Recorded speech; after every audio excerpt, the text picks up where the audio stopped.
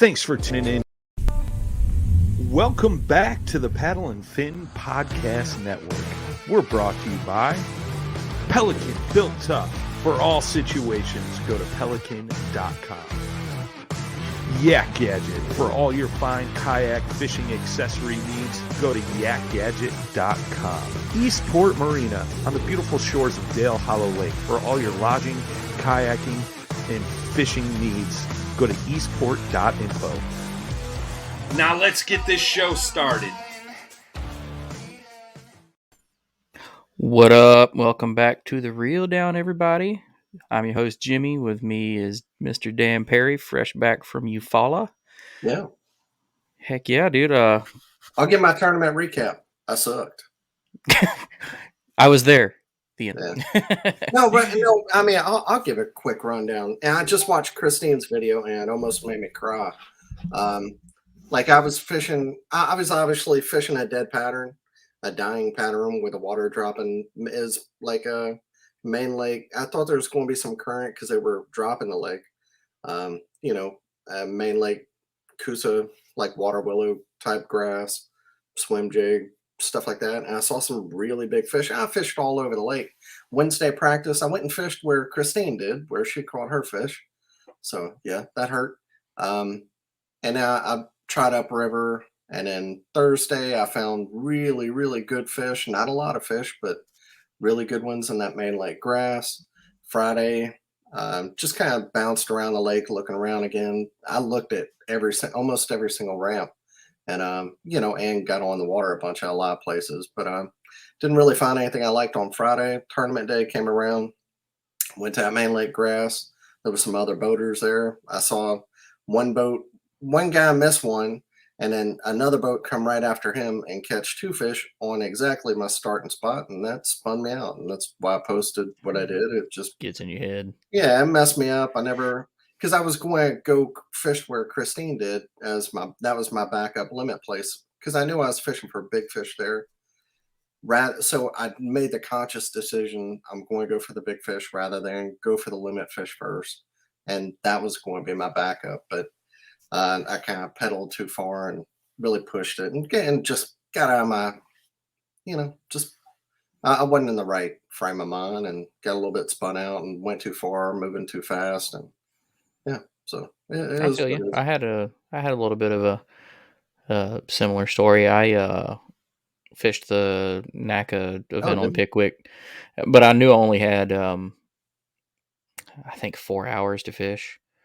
So like I just talked myself into it in the last minute and went somewhere I'd never fished before, just donating the money to see what happened, and it was a terrible idea. It zeroed. But again, like with travel time on the water and everything, I'm probably only got to fish for maybe 3 hours. And then but it wasn't. It turned on for everybody like after I think like 11:30. So I wouldn't even have been able to be on the water then, so it didn't really matter. So I didn't really let it get to me too bad. It just marked that spot off the list of places to fish. Yeah. But got the we're still up in the air about it. I'm running out of time, but I think me and a buddy are going to fish the KBF on Gunnersville Saturday.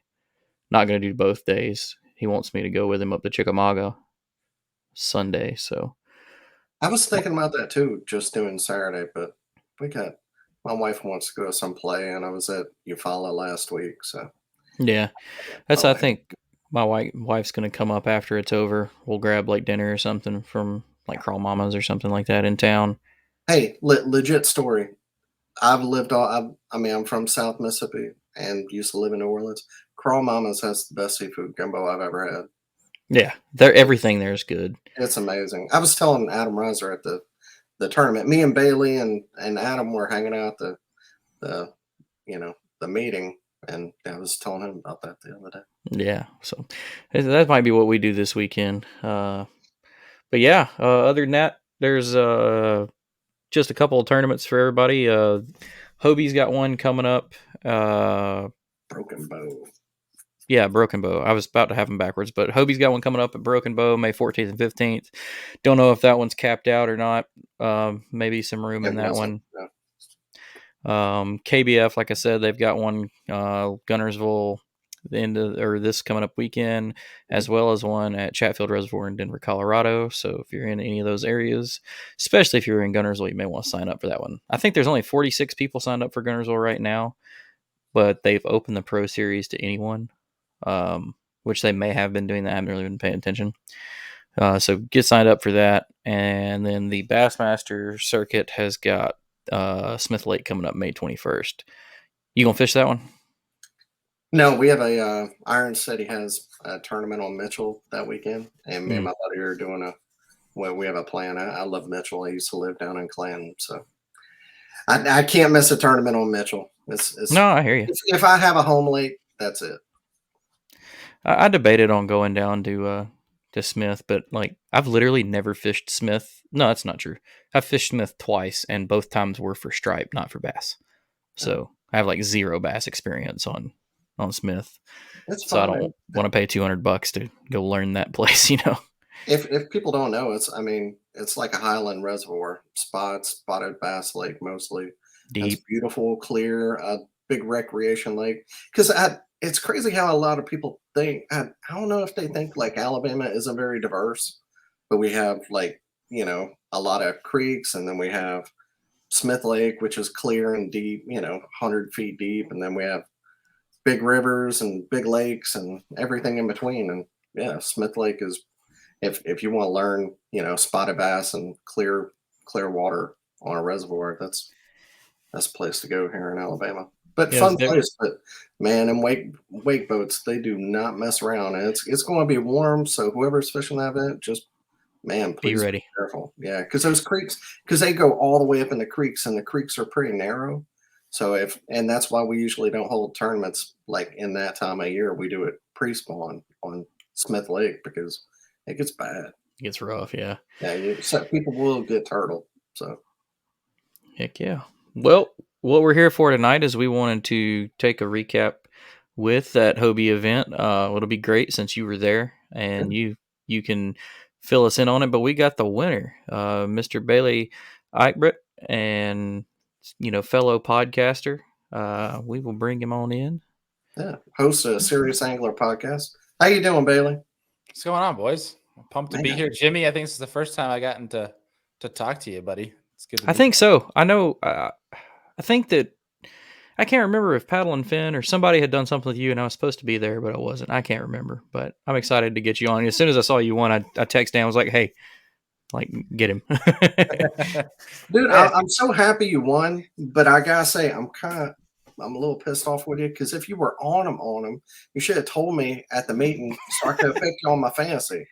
Oh, dude, if you go back and look at my fantasy, I think every event you fished in, I picked you, and then this one, we were at the meeting, I picked that night. And I'm like, I don't know if he's like on him.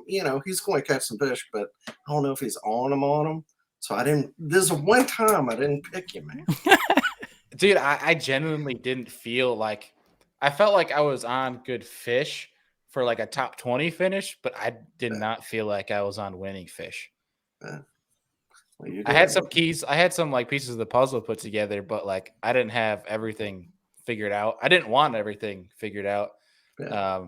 I just got done on a show that we were talking about it, and they asked me like what I meant by that.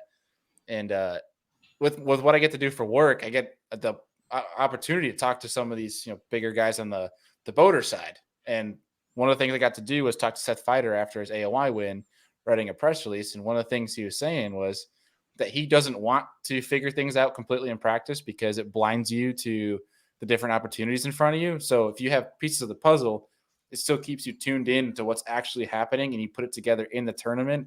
And that's usually how wins happen. And that was like exactly what was going on in my head, like throughout that last day of practice and then the tournament. But then you're saying that because I know you got a few, you get to work remotely and you were tent camping.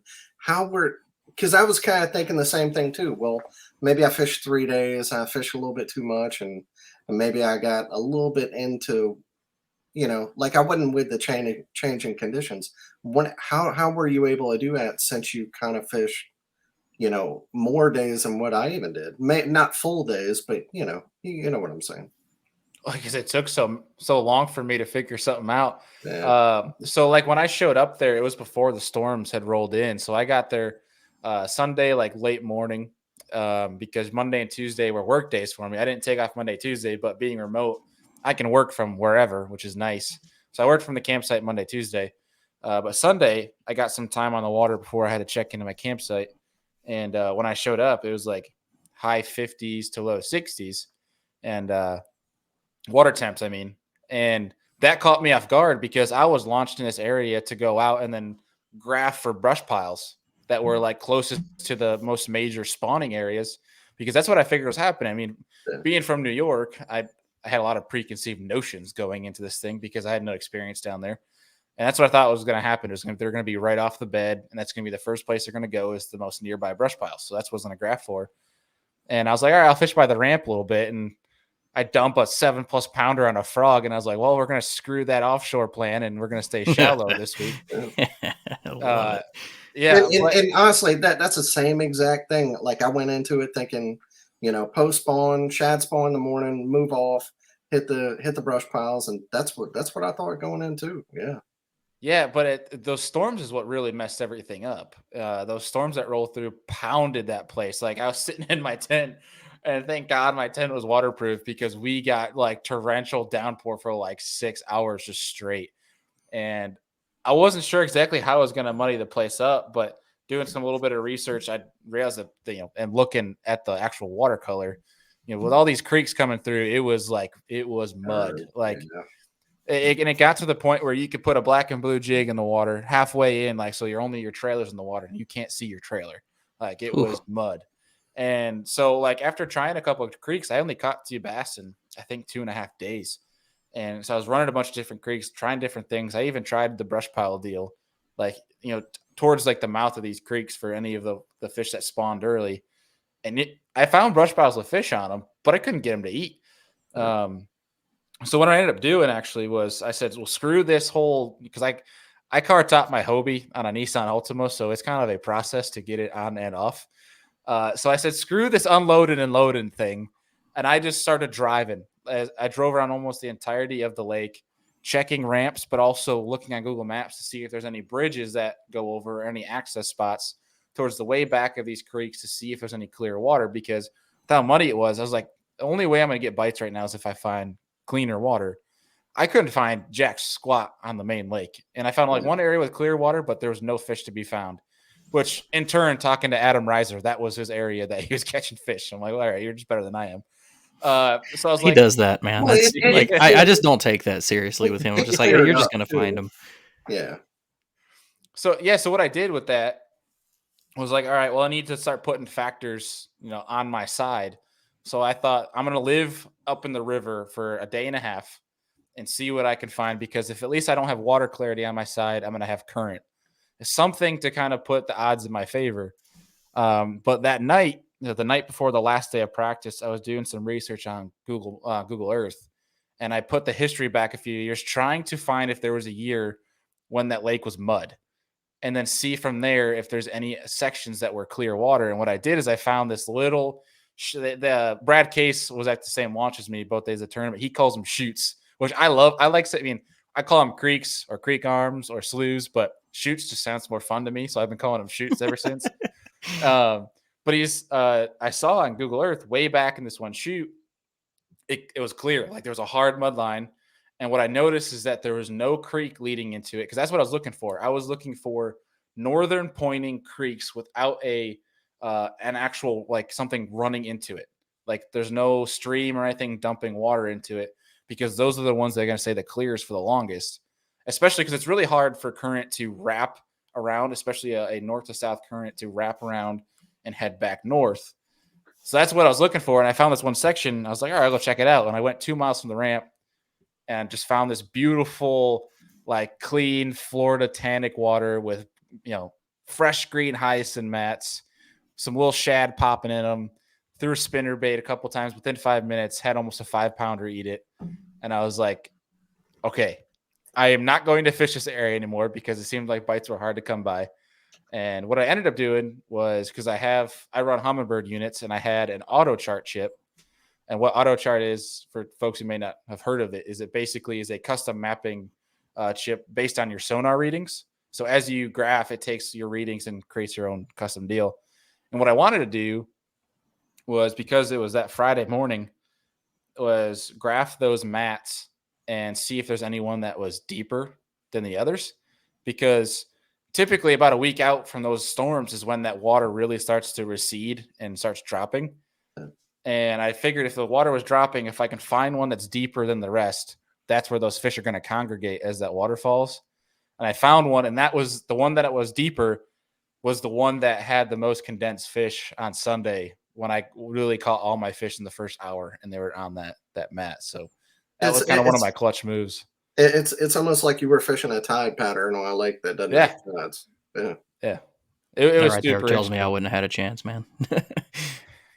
It was a pretty interesting deal just to kind of see how they moved through that. And it was just kind of one of those things where I had an idea in practice, and then really kind of come tournament day, got a feel for where they were moving and how to pinpoint where they were. Because day one of the tournament, I actually so there's 3 guys that were in that area.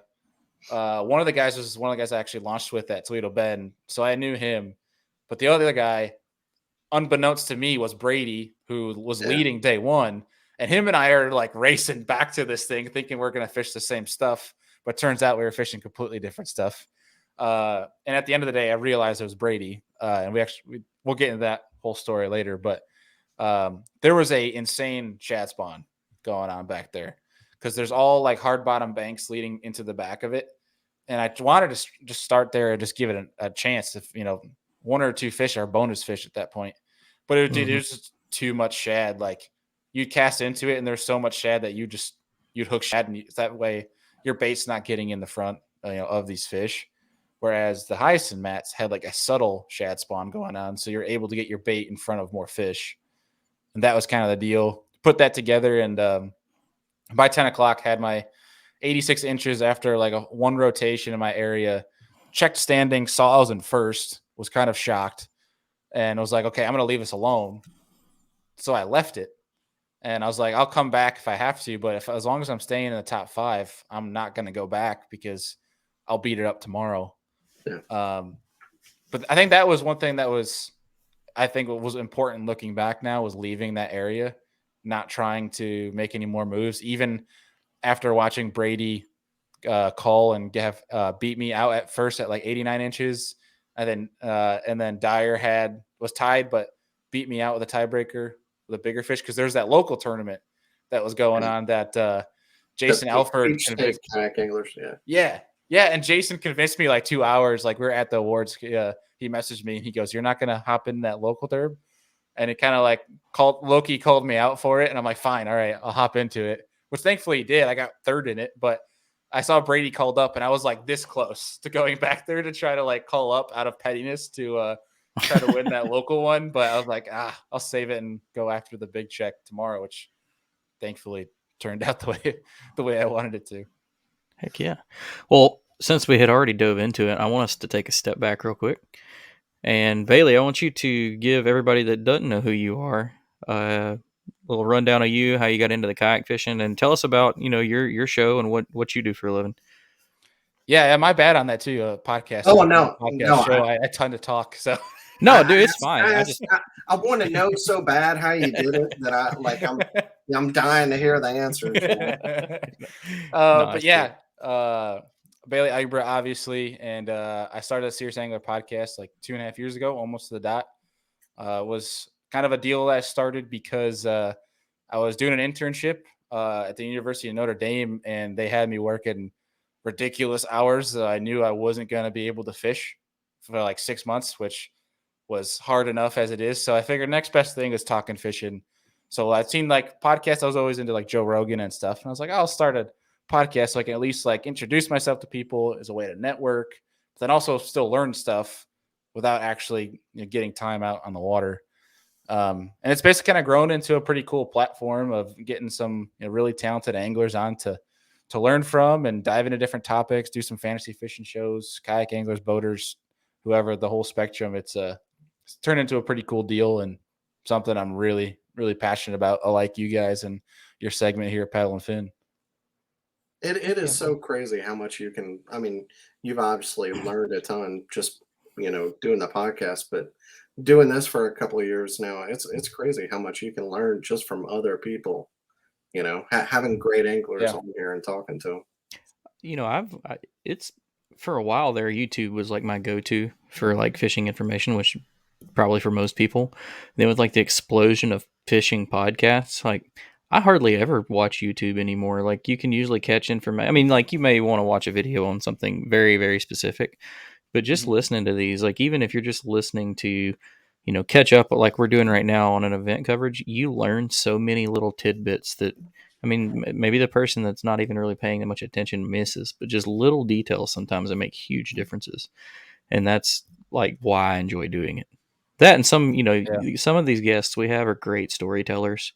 Yeah. And like the show I did last week with the Cali boys, sometimes you get really cool stories, where like everything just works out. But heck yeah. Yeah, I mean, the biggest thing for me with the podcast deal is that I watch a crap ton of YouTube as well. And I mean, I don't listen to music anymore just because I'm always listening to podcasts now. Same way. But like with podcasts, I mean, you don't really when you watch Bassmaster, Major League Fishing, there's not really too much to watch, kayak fishing live stuff. But when you get these guys on stage, you don't really get to tap into them fully. So what's really cool, and especially guys that are like regional pros or local pros that don't have as big of a voice beyond just their social media, it's a cool place to tap into it. And the thing that I learned the most, that I value, I think more than just, juice baits or how to catch fish, is the biggest part of bass fishing, especially tournament fishing, and 90% of it is mental.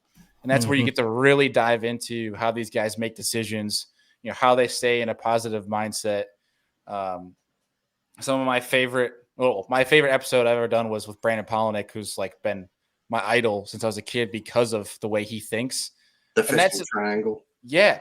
The triangle, the positive mental attitude. Like it's a cool place in the podcast realm to dive into a guy's mindset and how he thinks, because if you can learn and adapt from different things you learn from different guys, the podcast is the best way to bring that out, people. And that's like one of the things is the biggest thing you can learn as a tournament angler is the mental side. And that helped me a lot, honestly, this past week. And that's where I started noticing starting to click, was learning stuff that I learned from the podcast. Heck yeah. That's something that everybody needs to work on, though, is that mental game is definitely what keeps me out of it. And I mean, and then even people that are, typically like dialed in like Dan is, sometimes it just something gets to you. And like you said, something that normally doesn't makes you spin out, and having the right mindset can contribute to being able to control that a little bit, because I definitely have been there. Well, let's get into Eufaula. Y'all were both there. One of y'all break down that body of water in particular, just the area, what kind of fishery it is. Either one of you. Take it away, Dan. You're from the area. Yeah, I had actually never. I can't believe it, but I'd never fished there before. I had never fished there before. Me and my wife had went down because it is. Eufaula used to be this. It was on like cotton boats. Then whenever they were coming down, it was a big, huge boom town. It has beautiful beautiful, beautiful homes. So it's a great place just to go visit if you love old home architecture too. But it's a lake that's split by. It's dammed on both ends. It's split Alabama on the west side, Georgia on the east side. Down south, it's kind of mid-lake to down south. It's actually more like a lake. And then above that is more river and kind of a little shallow, kind of grassy, stuff like that. But yeah, largemouth, a few spots, no smallmouth. So. Yeah, the part that I think I hated the most about the place was the whole, like the lake lands on like at the time zone difference. Yeah, so that's like, that threw me for a whole loop until like when AJ recommended you just put like your phone date and time just on Central. The tournament's going to be on Central. Just go off of that. That kind of helped because like I was trying to like do the math between the time zones in my head. I'm like, this is way too much brain power for me. I did that too, but I couldn't change it on my graph. I didn't know how to change it, so it still kept messing with me. Honestly, it was changed. My graph was Eastern time and my phone was Central, which I kind of liked because it let me know, because my phone would automatically change. It would let me know which time zone I'm in, because up in that river, it's like right on it. Like Yeah. you could launch in Eastern and be fishing in Central and come back. Like it was weird. Oh Lord, that would be a headache. Yeah, dude, it was Because weird. even though like I'm Central Time Zone, like even with AJ saying do that, it would still be in the back of my mind. Yeah. Just like I wear a Garmin watch and my phone and everything. It would just keep boop boop boop. And I lose the sense of time when I'm on the water too. I would screw it up so bad. Pretty much everywhere I fish, I think I had pretty good service though. So I mean, it's a lake that seems kind of remote, but good service everywhere.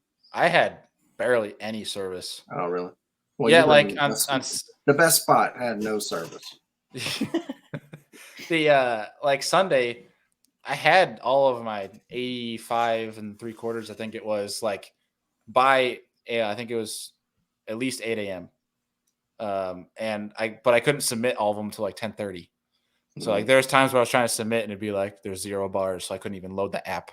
But yeah, no, it was cool though. Like I like the fact that there was actually good service, especially where I was staying at Mid Lake. So I could actually work Monday and Tuesday and not have to like drive to some random coffee shop or Waffle House and hope for a Wi-Fi or something. Yeah, but not that a Waffle House would have Wi-Fi. Oh no, probably not. Yeah, I mean it's a good lake, good place to bring your family if you want to fish and hang out with the family. But it gets a lot of pressure, like pretty much everywhere in Alabama.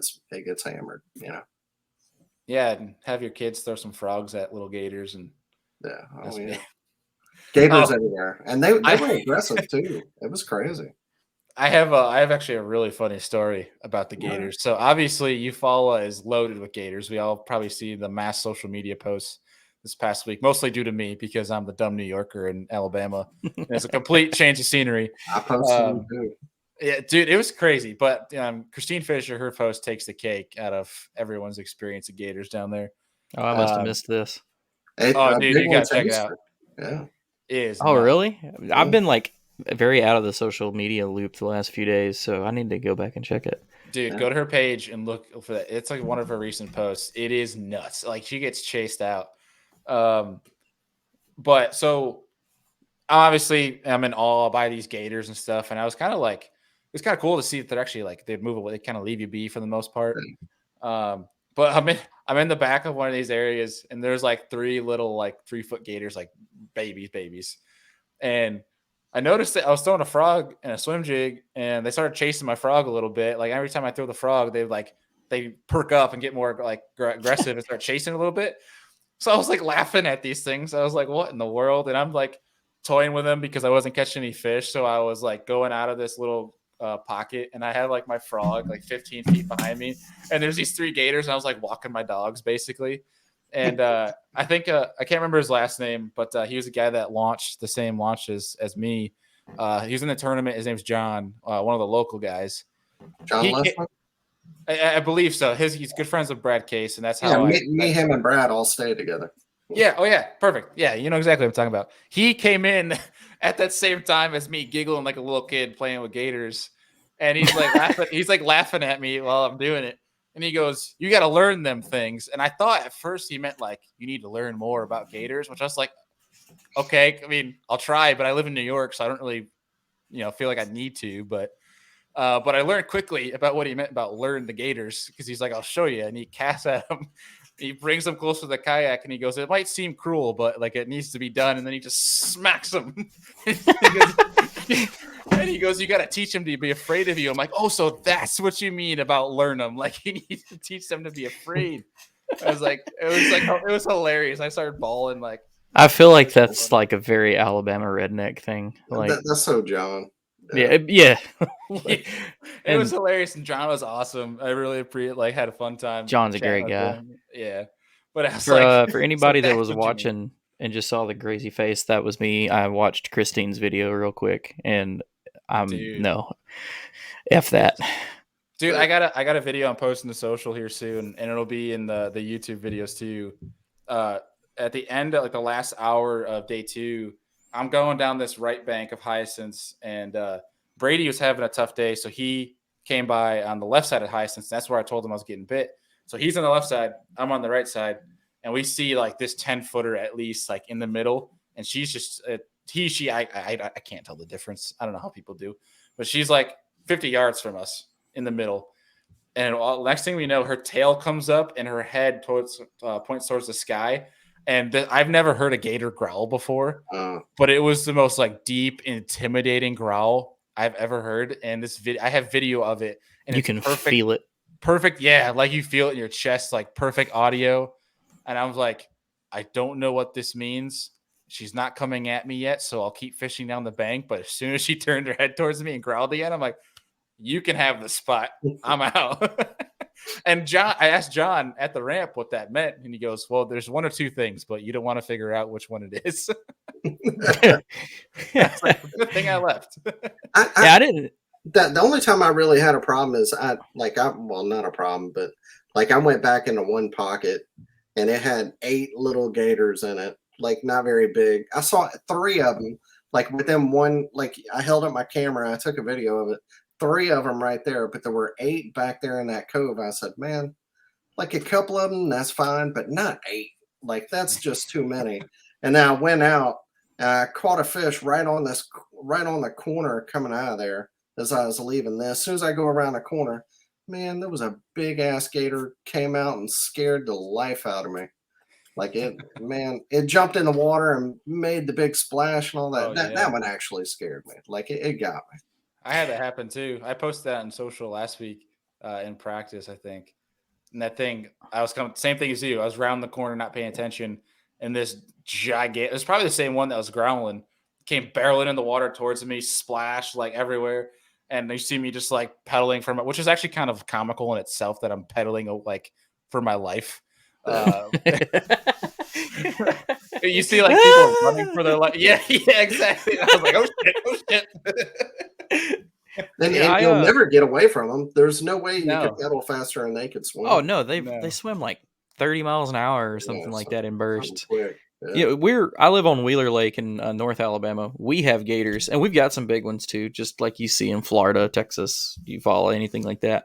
I've never had any kind of aggressive experience like that. I've had a few like little 3-4 footers come up to the kayak, and that's probably my fault because I'm like playing with them because I'm like, I wonder if you'll let me grab you.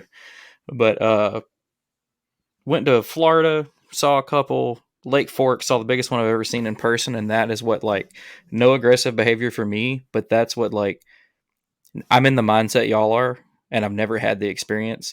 I was fishing a bank, blowing with the wind, looked to my left, thought I saw a log that was legitimately, like, 2 or 3 feet tall, and it turned out to be, after talking to locals and telling them the area I was in, it was a 14.5-foot gator.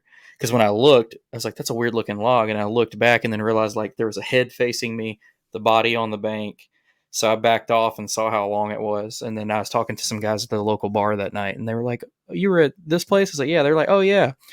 That little sketchy place you put in at? Yeah, the people that own that land right there, they feed it every night at like 6 o'clock. I was like, cool. It's associated with humans for food. So I didn't go back to that area at all. No, they said it's like 14.5 foot or something like that. Monster. That's ridiculous. I'm out. I'm good.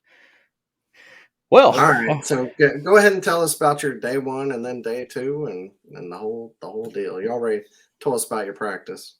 Yeah. Day 1, launched and went back to the area. And like I was saying earlier, there's that shad spawn going on, but it was almost too thick. So that's when I started dialing into the hyacinth mats. And because I think what was happening was there's a very subtle shad spawn on those hyacinth mats, and that would allow me to get that spinnerbait like in front of more fish because there was less shad. And basically what my bite was, I couldn't get a bite punch in these mats, throwing a frog around it, throwing a swim jig, nothing. They only wanted a spinnerbait, and it had to be like straight up flush with that mat. But my best bites were if I could get my kayak against that mat, and if there was either an irregularity or a point in that mat, and I could cast past it and use my rod and my line to maneuver my line under the mat and have the spinnerbait come under it. that's when I would get my best bites. Wow. And that's how I got most of my fish on day one. I think I said earlier, like I got it by 10 a.m. and I checked. I was in the lead as of day one. That's why I left that area and went to start exploring new water, looking for different hyacinth mats, and never caught a fish for the rest of the day, but saw that I was tied for second, which technically third because of the tiebreaker, but was in like a very good spot going into the next day. And I honestly kind of felt good that I wasn't in first because I hate that whole first place juju on a multi-day event. I'm a head case with this stuff. So like I'm in first. I'm like, okay, I'm not gonna win. And like I might. Well, and it's very rare you see a wire to wire winner. Like yeah, that's like one like detailed thing I pay attention to with doing these recaps is like how many times I've seen it, and it's less than I think 6 times, or maybe I think it's 4. And I've only seen it in a kayak like big trail. I think twice. Yeah, you don't see it very much. So I felt really good. Like I was really calm. Like I was more just excited just to get out and get fishing again because I only fished it for like the good stuff for maybe an hour. Like I only made one rotation around the whole thing. So I was really excited. And that night I actually, because I had to check out Sunday morning from camp, I just packed up my car and slept at the ramp in the Nissan Altima Suites that night. And had a woke up that morning and Brady got to the ramp and went over to chat with him after learning that was him in that same area yesterday. The day before, I'm already still living like I'm still at this past weekend. And chatted with him just to realize we weren't even fishing the same stuff. He was fishing more laydowns where I was fishing the hyacinth. And that was probably the most peaceful morning tournament, like pedal back to an area, me and Brady like side by side, knowing that we're not fishing the same stuff. And we're just like relaxed, having a great conversation, super chill, like taking our sweet time. Like there's not a, $10,000 on the line that day. And I got to my spot and time started. And within like the first 5 minutes, had 3 13-inchers in the boat. And so I was feeling pretty good, at least about my odds of getting the limit. Cause I knew if I just got a limit, my chances of staying in the top 10 were really good. Yeah. And then after that, I 3 13-inchers, I catch an 18. And I was like, okay, then, if I catch one more fish and I could stay in the top 5. And I go and I catch a 15-incher. I'm like, okay, I'm feeling really good now. Now I just need to, and I, looking at the standings, I was reviewing the standings Saturday night, sitting in the car, waiting to get tired to sleep. I saw basically the entire top 10, except for myself, had a 20-incher. I only had a 19 for my biggest. And I was like, if I can have that bite show up, like in my head, I was thinking, if I had that 20+ inch bite show up on Sunday and I have a limit, I might have a shot. And this is going through my head as I put that 15-incher back in the water. I'm like, man, I just need that 20-incher that I've been, I haven't gotten yet. And, but because you had the best average fish. Yeah, I mean, I just had quality fish around me besides the 3 13s that I got started of the day. But as I'm thinking that, I go down the bank, maybe another, 15 yards, wrap my line around a point, makes it come back in on the indentation on that hyacinth mat, almost like 5 feet from the boat. I watch this mat. The mat shakes. Like you see the level change, and it wakes, and she like pushes the bait where you have to catch up and crack her. And I cracked it, and I'm like, and she goes into the mat, and I'm like, that is not small, that's grown. And I just, instead of, there's one thing that I've learned over the years that I was really proud of too, was like when you get a big one on, you could tell it's big, and there's almost like a sense of panic, like especially when it's close quarters like that. But instead she ran into that grass where usually I'd try to pull back. I had 17-pound fluorocarbon on, and it's around grass. But it's like a canopy, right? Because it's a hyacinth, so they're not attached to the bottom. All I did was held tension, and she came sliding back out, and I was really proud about that. But then got her in the net and realized just how big she was, because I thought it was another like 18 to 19-incher, but I saw that fish, and a 6-pounder in New York is built way different than a 6-pounder in Alabama in the South. So at first I saw how big her head was, and I was like, oh my God, that's like an 8-pounder. But it was only like, it was like 6.5. It was like 6, like 6'6" or 6'5". But I saw that fish and I'm like, that's over 20. And that's like in that moment, I had that mental click of like, we got a shot, boys. Like, if we can get rid of a couple of these 13 inchers, we might got a shot. And I put her on the board. She was 21 3/4. And from that point, like, I have the whole GoPro footage. I was showing my fiance how much of a dork I was. Like, I was fist pumping like crazy. Like, I was hyped up. Like, I was like, that might be a $10,000 fish right there. Lo and behold, it was, thank God. But I put that fish back, and I called a couple more times with another 16 and a 14, and I had almost the same exact inches as I did the day prior. And in my head, I was like, because this was like only an hour into the day, and I'm like, we can make this could happen. Like, but right after that, after I called, it was about the bites were slow. I was catching 13 inches, had to call a 14. And it was around 10:30 or so. My phone, after I put that 6.5 pounder on the board and actually got service to submit it, my phone was blowing up that I had to take it and put it into my dry storage in my Hobie, slam the lid shut because it was annoying me so much. But it almost made it worse because all I could hear and feel in my kayak was burr, burr, burr, like people tagging me, texting me. And then around 10 o'clock, I was getting phone calls. And I was like, which one of my buddies in their right mind would be trying to call me right now? They know I can't be like calling people, from the kayak. So like the 6th phone call, and I was like, screw it. And I open it up and I see this number I don't recognize from Gainesville, Florida. So I make an effort to like double click on the iPhone to like hang up on them on purpose while they're dialing to maybe they'll get the point to stop calling me. And it turns into a voicemail, and it's Steve Fields from Hobie saying, hey, we're trying to come get pictures of you, if you get a chance, I don't want to take up your time fishing, but can you drop us a pin? We want to get some photos. And it was that point I was like, okay, something's happening if they want to come get pictures. So I dropped him the pin. I teased Steve about it because as soon as he showed up, I didn't get a bite for the rest of the day. I was like, it's your fault. They're camera shy. But that was it. Like after Steve showed up, got pictures, I didn't catch a single bass until the end of the day. And I was rounding a point. And Brady and I started coming head to head. Both of our alarms went off that the day was over. And Brady came up to me and he goes, well, because I check standings on day 1 just to make sure I'm in contention. And then we'll like just see where I'm at and when I need to stop. But I will not check it on day 2 just to know, like, I don't want to mentally fish different, have that impact me. Because I just want to fish and catch as much as possible on day 2. But Brady's like, yeah, you were up by 7 inches at the cutoff.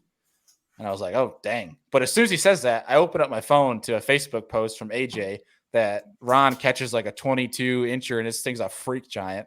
I'm like, oh, great. Ron's going to catch me and then we're screwed. He had 2 major calls in the last hour. And, but I still felt good about it. I'm like, if I didn't win that, that's fine. I accomplished my goal of making the TOC. I was fairly confident I stayed in the top 3. And we get back to awards. We're chit-chatting with people, talking to my buddy Nolan Miner, which, by the way, if folks aren't subscribed to his YouTube channel, you need to be, because he had the altercation of altercations with another kayak angler that basically zeroed on day 1. Nolan has gone 3 for 3 on checks. And the guy was persistent on fishing on top of Nolan. It'll come out in his YouTube video. It's going to be amazing from what he described. Love me a little drama. Yeah. But we're going through awards and it gets down to Ron and I, and Ron decided to screw with me because I think Ron knew that I won. And Ron leans over and whispers, he goes, would you be mad if I told you, or no, he goes, would you be scared if I told you I had 2 major calls in the last hour when the standings were down? And I was like, oh, damn, you won, dude. Like, I thought that was him saying he won. And AJ goes, so Ron had these 2 crucial calls in the last hour when standings were offline. He caught a giant 22 incher. That was a huge call. And then, but he goes, but the other one was only a 16. So it wasn't. So AJ threw me for a roller coaster. So I was thinking, I'm like, oh, dang, I really lost this thing. Like, I was like telling myself I was okay with losing. But at the moment I was like, damn, like it was so close. But then he admits that, it wasn't enough to take over the 172 inches I had, and figured out I won, which was my brain went into a fog and ensued my horrible onstage speech, forgetting about so many people I don't. From the time he announced it to shaking people's hands after the live show was done, I was like, I don't remember the past 10 minutes. It's like you realize you're sitting in your car and you're like, wait, what? Yeah, I'm in Buffalo, like driving home. Like, wait, what? Yeah. No, and you did, man. Just a quick recap of the numbers. So day 1, you had 86 and a quarter, like you had said. Day 2, again, very similar with 85 and 3/4. Ron had 82 and 3/4 day 1, and then 85 with that big 22 call there at the end. But you ended up with 172, and he did make a big leap, but he still only had a 167 and 3/4. So you had a nice little comfort area. But somebody to shout out on was Josh Stewart. Josh had a huge day 2, 92.5 inches. It's good to see his name back up there. He's a hammer and everybody knows it, but it seemed like he took kind of a year away. It seemed like I didn't hear his name as much, and then he's been on fire this year. I think his smallest fish on day 2 was like a 17.5. Yeah, he was, and like if you look down the standings, he's the only person that didn't have like a 13, 14 inch class fish. Almost everybody's limit, had that one smaller fish towards the end. But it did day 2. There was like you said, the top 8 day 2 all had a 20 at minimum. Brad Case caught a freaking 24.5 inch donkey. He was so jazzed when I got back to the ramp because I heard rumor that he caught a 24-incher. And I get to the ramp and he's stuck. He's like blasting music, like dancing around his trailer. I'm like, I will go up to him and I was like, catch me a big one, did you, Brad? And he's like, yeah. He goes, let me show you. And he tells me the whole story. I'm like, Brad, we have to get to awards. We're going to be late. Like, that's his goal. That's his only way. Yeah. It's kind of crazy. A last Hobie on Santee Cooper, a Canadian one, and this one, an almost Canadian one in Buffalo. Hour from the border. Yeah. Big shout out to him. Nate came all the way back down again for this one. I felt bad it didn't work out for him because that's a stupid long trip. But That's all right. Maybe Alabama's got something against. He's got the gas money. Yeah. Well, cool, that's awesome, dude. The new trophies are legit, man. They look awesome. I know most people are listening to this, but that is a great trophy. I was sitting there at awards with you, Dan, with you and Adam, and I'm, looking at the trophies. I'm like, dang, I want one of those dang things. But I was like, it's probably gonna take me a while to get one. But lo and behold, which is like weird because this year with my YouTube channel with Serious Angler, what we've done is streamlining our content. Chasing Hardware. Yeah. So this new series, Chasing Hardware, which is now on my personal YouTube channel, Be the Fish, is about like just trying to make the tournament champions, chasing trophies. But also but it's based around just learning and becoming a better angler tournament after tournament. Well, I was like, in my introduction, the first episodes from Toledo Bend, I was just like, it's unrealistic of happening this year. It might take me a couple years to finally win one. Well, here we go. Episode 4 is going to be a win. And I was like, well, I got to figure out what the heck I'm going to do with the rest of the season and like steer the direction of it. But TFC. Yeah, I was talking with Drew. It's like, it's going to be, goal number 2 now is AOI, and then 3 will be TOC. Well, I'll tell you what, man, we have a lot of people on here, and some of the decisions and some of the things you were looking for on the maps and things like that they're not those aren't the things of a young guy who hasn't won a bunch of tournaments. I mean, you've got it together, so you've got a great chance to make a run at it this year. I appreciate it, but what I was telling people is I am new to the scene. I do have a lot more to prove. Like, one tournament win is great, but I have a lot more to prove to make a point that I can actually compete here. Because this is one of the biggest things why I did it, why I went to the Hobie BOS series, just because I found success in New York, but I wanted to see how I competed against the nation's best. And being only 2 tournaments in, granted, yes, one of them is a win. The other one is a 48th place, which I wasn't happy with. So there's a lot still to prove, especially being able to fish around the country. Like, this is just a one-off, and we'll try to prove that it's not a fluke. Well, that's something that I talk about a lot with people is, winning is one thing. Consistency is the real, that's the thing that makes a statement is, that's why AOI is such a big deal for so many people is that wasn't a one like a one and done situation. You competed and did well all year. So yeah. So But But- I hear a lot of guys that'll say they'll take an AOI over a big trophy yeah. or a championship trophy. So what do you have left on schedule this year? Are you going to try to fish all the Hobies? Yeah, so I'm gonna make all of them. I think the rest of the season except for Broken Bow, and it kills me because of a couple of reasons. I would love to make Winnipesaukee because it's the closest dang one to me, and figures that's the one I can't make. And because it sets up perfect for how I like to fish: offshore, big smallmouth, clear water, electronics like that, and that's the time of year to get on those fish too. But I have to actually, with my personal job, I'll be traveling that week. I'll actually be up on Champlain, which I won't complain too much about. Yeah. No. But I would love to fish that place because I'm really annoyed by it because I'm trying with doing these tournaments too. One of my alternate reasons was to try to persuade more folks from especially New York, because there's some hammers in New York, to fish these things, to put New York on the map, and it'll also bring more tournaments north. Because they come up and then they see these crappy showings like it's going on right now with Winnipesaukee, where I think it's like 72 anglers are in it, where the rest of them have like capped out at 10 minutes.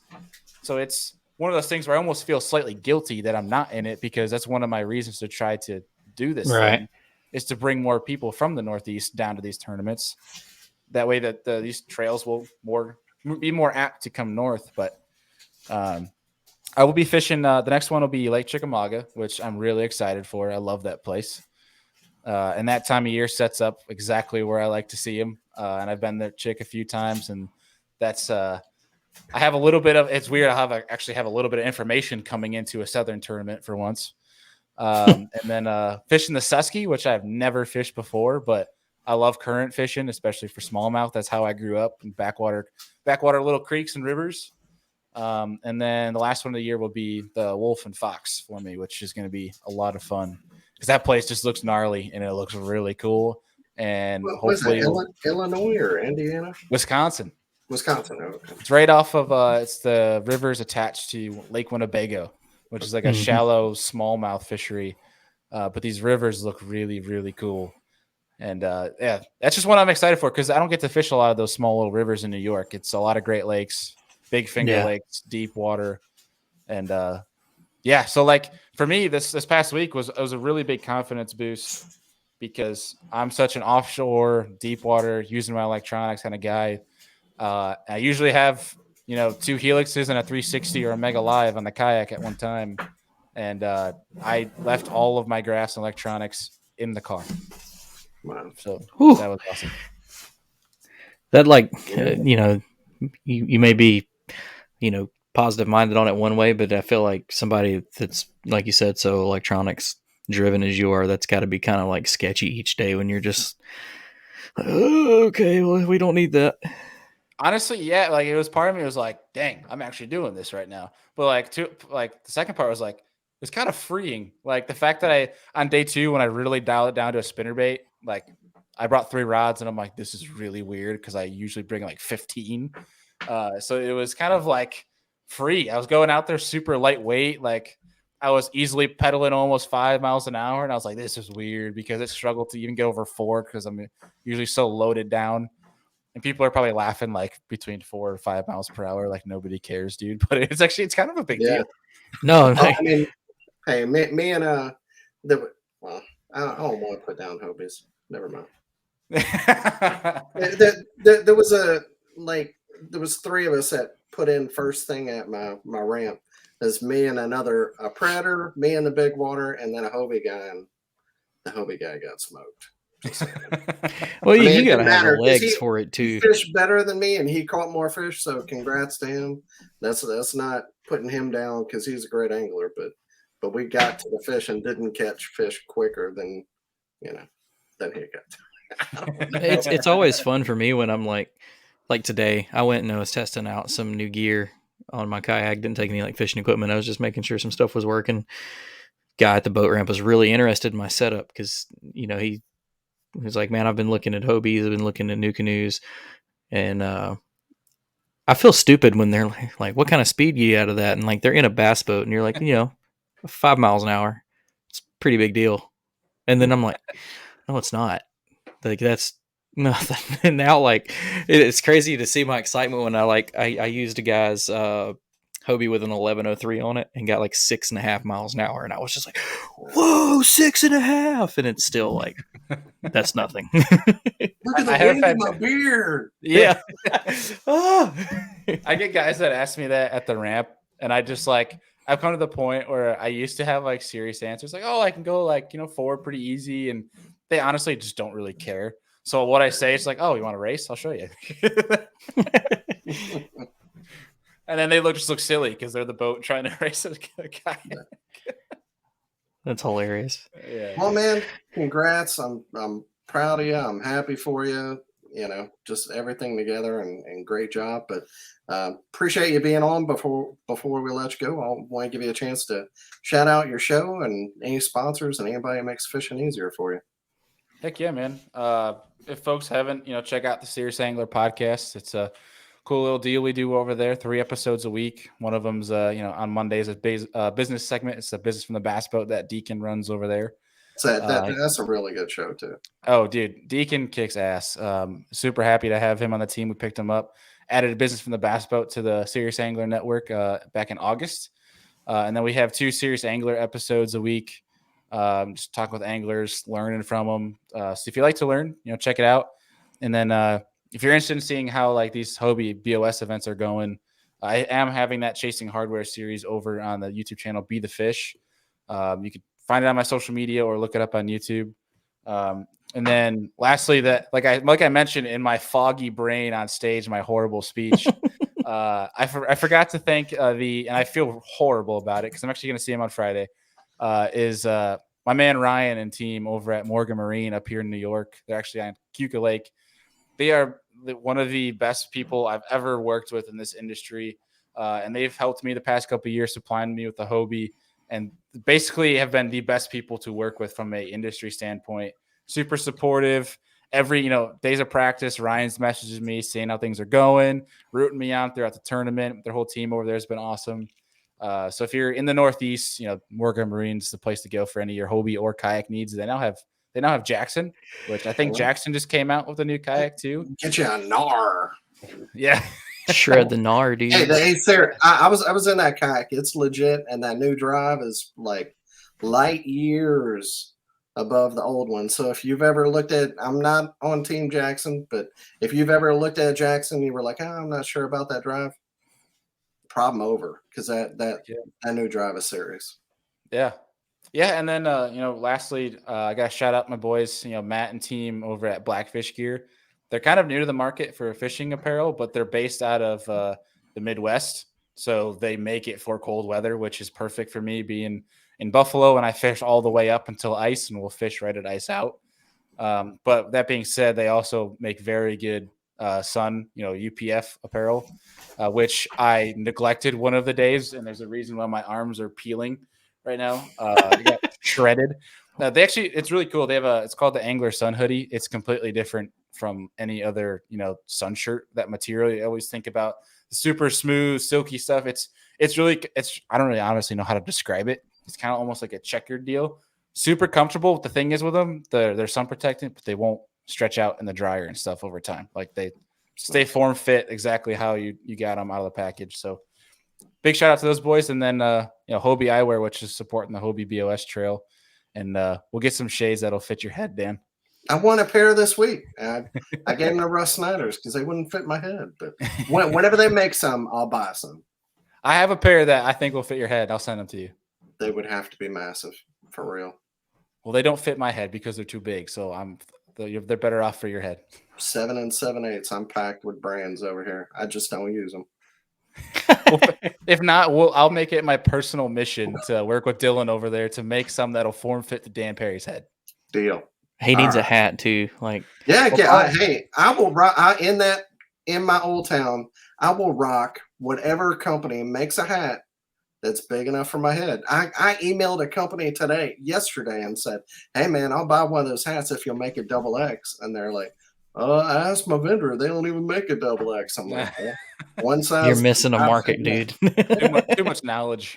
There are so many people who have this Man, I don't want to talk about my special needs.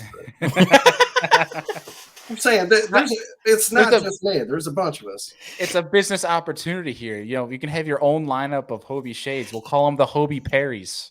There you go. Yeah. I was about to say we're missing a whole Dan. We could get in touch with some people. You could start your own hat and sunglass company. Well, not to get on this whole thing, but there's a company called Mammoth Hats, and they make big hats. I don't want that'd be like me saying, hey, check me out. I have a big giant head.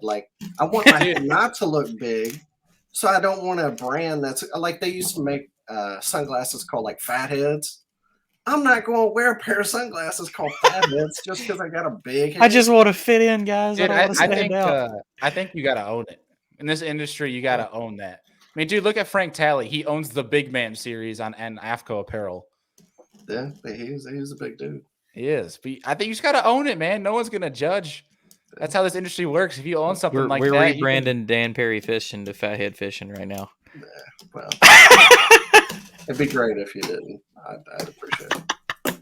You can start your own lineup of apparel and shades. Call it Perry's or something. You could be like Perry, we're better than Sperry or something really cheesy. And then you're good. You got your own business right there. I have wide feet too, and wide other things. There you go. I'm just wide socks. From head to toe. Yeah. Perfect. Wow. I love it. All right, everybody. That was a great show, Bailey. We thank you for giving us some time. I know it's been a heck of a weekend for you, and fishing and brain fog at board shows and your show and KBN, and I'm sure everybody's reaching out to you. So we do appreciate you giving us a little bit of your time to tell us how it went, man. And I appreciate the invite. Yeah, I'm looking forward to seeing you chase that AOI and finish out that Hobie series. So hope that we get to have you back on soon. Appreciate it, boys. Thanks, man. All right. Appreciate you.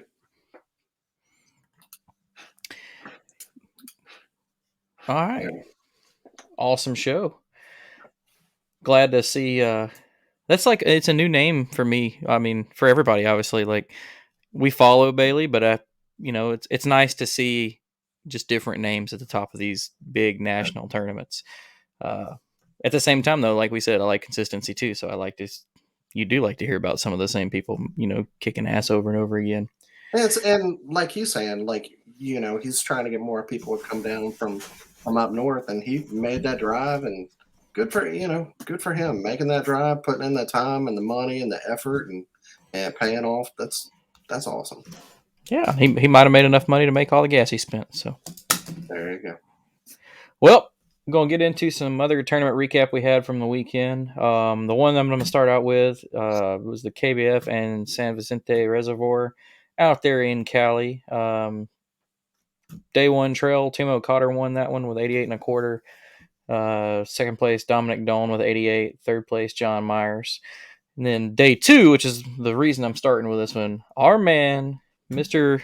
Bass Thumbs himself, Shane Lamont over there, just smacked him on day two. Keep your thumbs ripped, bruh. But smacked him with 90 3/4. Second place was Bradley Coolin with 86 1/4, and then Dominic Dawn again, third place on that one, 86.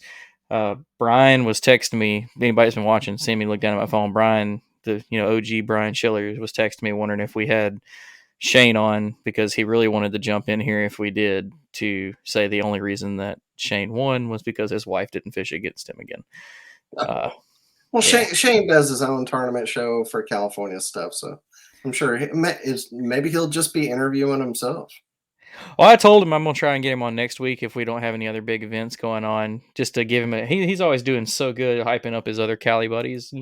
He's a great angler, and he's a great conversation, so I want to give him a little spotlight too. But congrats to him and the other winners at that event. So moving on from there. All right, we had the Delaware Paddle Sports Kayak Bass Fishing Series on Silver Lake. They had 30 anglers, 5 fish limit. First place, Bunky Weishert with 79. Second place, Zach. I know I like that name. I don't know why, but I really like that. Second place, right? Yeah, all right. Second place, Zach Bunner with 78.5. Third place, Mike Russell with 75 3/4. Next up, the Pennsylvania Bass Nation Kayak Series State Line Derby. on, I'm not going to try and say this lake. Say it. Nope. Come on. Pima tuning. All right. Yep. First place, Colton Hutchinson was 78 1/4. Second place, CJ Welsh was 76 3/4. Third place, Russell Johnson was 71 3/4. Next up, we had the NACA tournament trail that I was talking about down here. We call it our shoal stop. It is the Pickwick Lake and Wilson Lakes. 43 anglers. My man Michael Cooper smacked them, ended up with 80 1/4. I think he caught all smallmouth. Second place, Andy Boutwell was 79 3/4, and third place, tied with him, Harry Golden was 79 3/4. I thought it was Luke. Never mind. No, I think Luke got. I don't even know where Luke ended up. He won some rods or something. Yeah, I know he won one of the raffles. Yeah, okay. But oh no, he won small fish. We had a little side pot small fish tournament. That was it. Couple great giveaways though with that. NAC is always great for giveaways, and that's a cool tournament where you have to be up on skinny water. Like you can't fish main lake stuff. So Michael was main lake. Oh, was it? Oh, okay. Mm-hmm. I know their spot, and the guy he fishes with, I think, finished 5th too. They were just whacking them. Next up was the Buckeye Kayak Fishing Trail on the Catwoman and Acton Lakes in Cincinnati. 55 anglers in this one. First place was Reese Stoughton with 158. It's a 2-day tournament. Second place, Sean Skidmore with 150, so pretty good gap between first and second there. And then Chris Hannigan with 147.5 for third.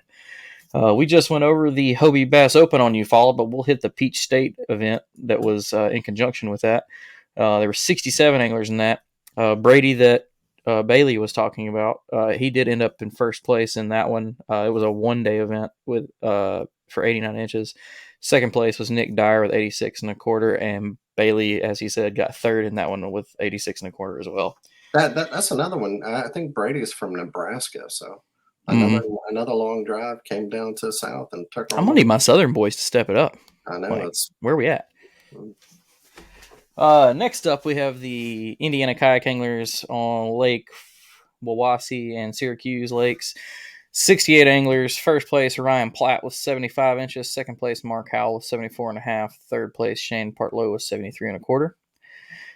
Next, we have the Natural State Kayak Anglers on Lake Nimrod.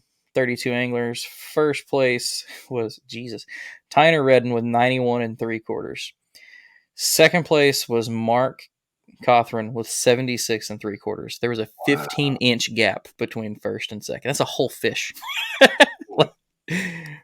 And those were limits. Those were both 5-fish limits, so that's crazy. And third place was Gordon Parham with 70.5. Next up, we have the Moyak at Table Rock. 153 anglers. That's a big one. Yeah. First place was Ryan Paskowicz with 90 3/4. Second place, Joseph Mursky with 87. And third place, Scott Kroger with 87 as well. We got a bunch going on Table Rock. So also going on at Table Rock was the All-American Kayak Series event. They had 56 anglers. They did it 2 days. So first place for that one was Chris Longshore with 170. Second place, Chad Davison with 168. And third place was Blake Collins with 166 3/4. And then another event on Table Rock was the Natural State Kayak Anglers. They had 73 anglers. First place was Ryan Paskowicz with 90 3/4. Second place, Danny Dutton with 87 3/4. And third place, Craig Wood with 85.5. Shame on all you people that didn't sign up for all three of those. Yeah, triple dip. You're right. And then last but not least is the Southeast Texas Kayak Bass League on Lake Nacogdoches. I'm going to say that I said that right. 87 anglers. Yeah, that's Nacogdoches, right? Oh, sweet. Yeah. Woohoo. Go Alabama guy. First place, Desmond James, 101 inches, anchored with a huge 25-incher. Second place, Brian Howell with 97 1/4. Third place, Jansen Benevides with 90 1/4. There were a bunch of big fish. Third place caught a 23. Eighth place caught another 25. A guy in like 50th, 7th place caught a right out of 24. Huge fish, but it's Texas. What are you going to say? Wow. God bless well, Texas. That was, yeah. Oh, I need to get back out there. Well, that was it for the tournaments, man. another great show. Might have our man Shane on next week. I'll see if I can work that out, see what else we got coming up. As we said, something we didn't really mention in the before, Jackson just dropped a new kayak. Everybody go check that out. And they're also putting that drive in their other drive. So they're updating all of them. Yeah, the Bite FD and the Kusa FD, they're putting that new drive system in all of them. So sweet. We also had Crescent dropped the teaser video to the boat that they're doing with Drew, the Shoaly.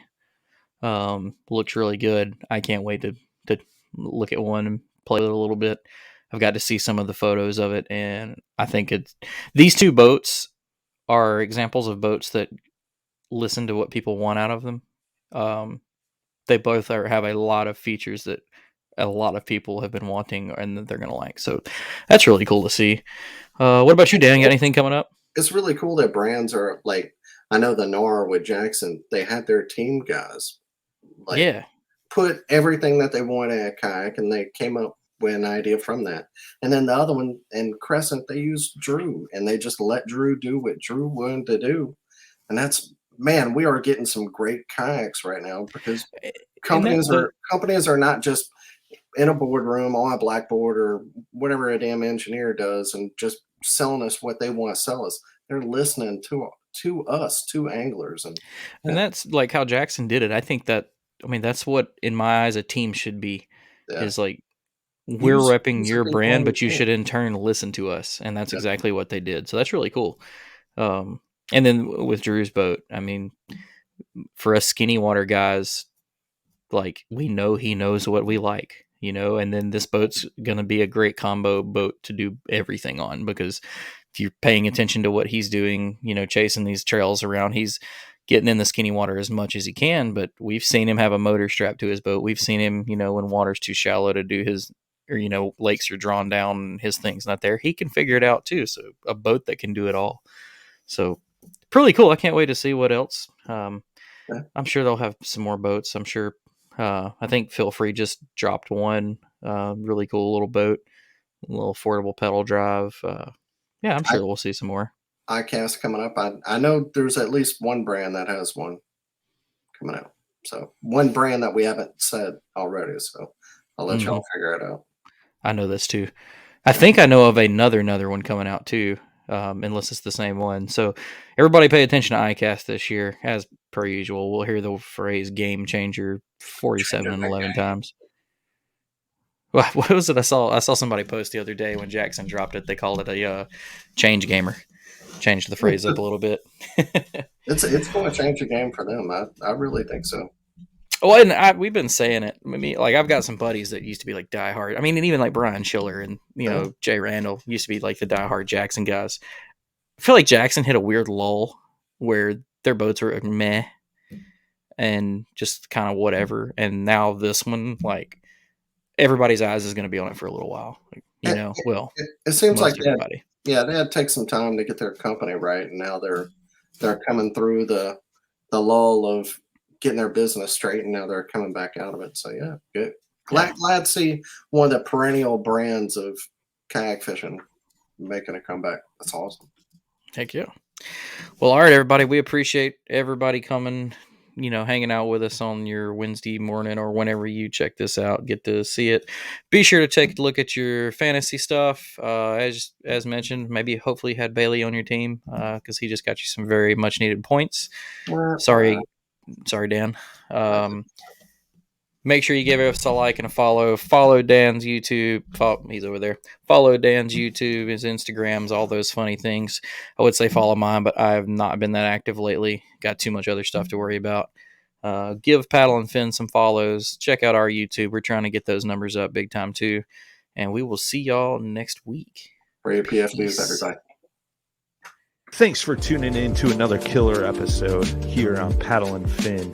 Be sure to drop a 5-star rating, a thumbs up, or smash that subscribe button on any platform you're listening in on. Be sure to check us out on Waypoint TV, waypointtv.com. Make sure you sign up for the Fantasy Kayak Fishing League at paddleandfin.com/fantasy. You can support this show through Patreon. patreon.com/paddleandfin. Don't forget to check out the website, paddleandfin.com. Catch us on YouTube.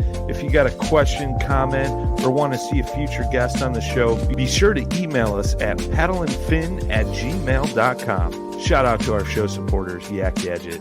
You can check out all the fine kayak accessories at yakgadget.com. Pelican Professional. For all your cases, coolers, and lighting needs, go to pelican.com. Rocktown Adventures, your Midwest premier paddle sports destination. Go to rocktownadventures.com. Eastport Marina, the beautiful destination on Dale Hollow Lake. If you're looking for lodging, kayaks, kayak accessories, or anything fishing related on the beautiful Dale Hollow Lake, go to eastport.info. And Jigmasters Jigs. When in doubt, get the jig out. Go to jigmasters.com and fill your tackle boxes